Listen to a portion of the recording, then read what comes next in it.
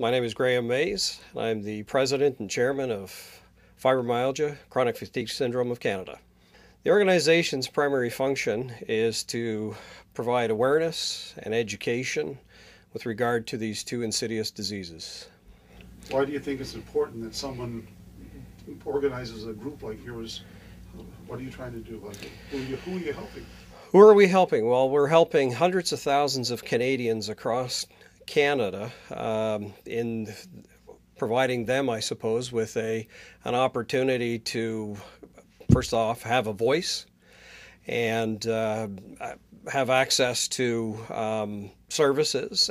All people, all walks of life, educate them with regard to what fibromyalgia is all about, chronic fatigue syndrome, increase awareness and understanding, but also to provide our clients, in other words, patients, with an opportunity to have a voice and provide them with resources with regards to patients groups, which are critical so that they have an opportunity to be able to interact with one another and expand and share their stories with one another, and to be able to go out into their own respective communities and hopefully to be able to share in treatment programs, things of that nature.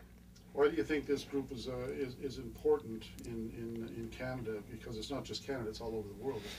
It is all over the world, but I think when you look at Canada relative to some of the other nations out there, is that in Canada we're a little bit behind the curve in terms of providing both services and some treatment programs and also research in the area right now. So we have our work cut out for us. And by having a group such as ours, it's a pooling of information, and it's also a pooling of outside educational sources and drawing on experiences from around the globe, and then sharing it with the medical community and their colleagues, and tying this together. And it also provides, I think, a better platform for getting this information out and available across the country in all corners. Obviously, you have other people. You're not just the president by yourself. There's other people involved here. Who are some of these? What kind of people do you have working as volunteers for the organization? Well, unfortunately, and I say this and I emphasize it quite a bit, unfortunately, since inception, the attraction to our board has been predominantly those people who actually share the illness. I myself am fortunate not to. We have a rather small board, ironically. Despite the fact that there, again, are perhaps hundreds of thousands of people who come from all walks of life, because these are diseases that do not discriminate, and they cross all demographics in this country. And but it is a small but very resourceful group. I'd like to see that change. If there's one thing that we're shy on, everybody likes to think that charities operate solely on dollars, but it takes a lot of people power, and this is one area that I would say on the balance sheet we're a little shy on right now. You mentioned before there's some things that have happened recently that you'd like to make a statement about. Absolutely. When I talk about that, our board being a very resourceful group, it's made up of primarily professionals, and everybody has utilized, I think, a cross-section of that of their professional skill sets, which come from all walks of life.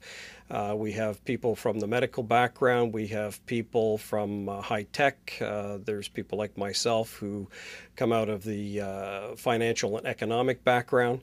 And what we've been able to do is actually compile some very dynamic guides, both in the medical area, in the pharmaceutical area, and we've also been able to develop some patient-driven videos that have been very well done, speaking to live, hands-on experience, not performed by actors, but real live, real-time experiences to be shared with the general public.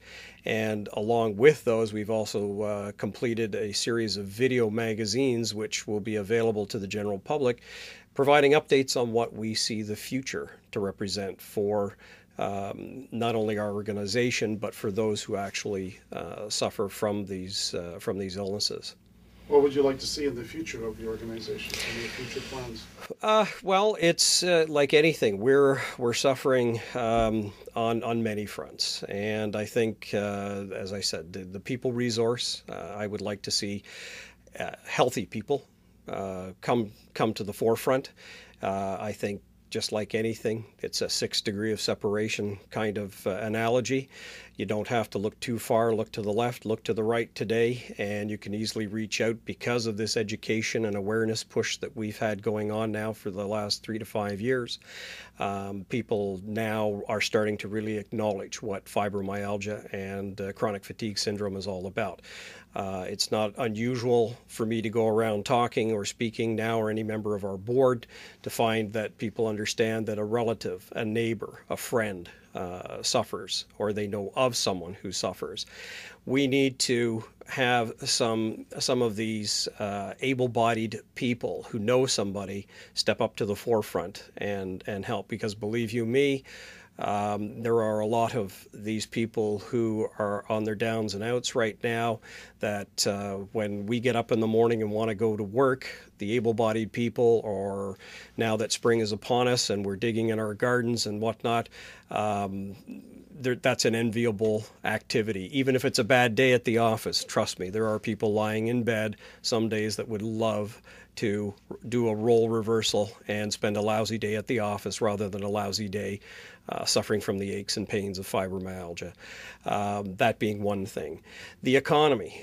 We've just gone through one of the greatest recessions of all time. Everybody is competing for that same dollar in charitable circles today.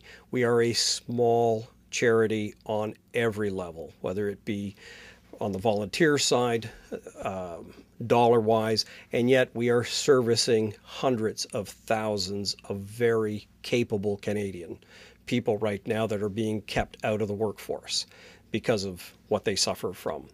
And in order to take and advance this whole agenda forward and to get buy-in from not only the Canadian public, but from the governments, etc., we're going to require a greater share of that charitable dollar. So again, help will come through an acknowledgement of helping us if anybody can spare that extra dollar and make a contribution through our website. And it really stems to the whole issue of awareness and understanding and education, and ongoing education will be stepping up, and we do offer memberships, and that is an ideal way for people to come on board and through our website and join as a member of the FMCFS group.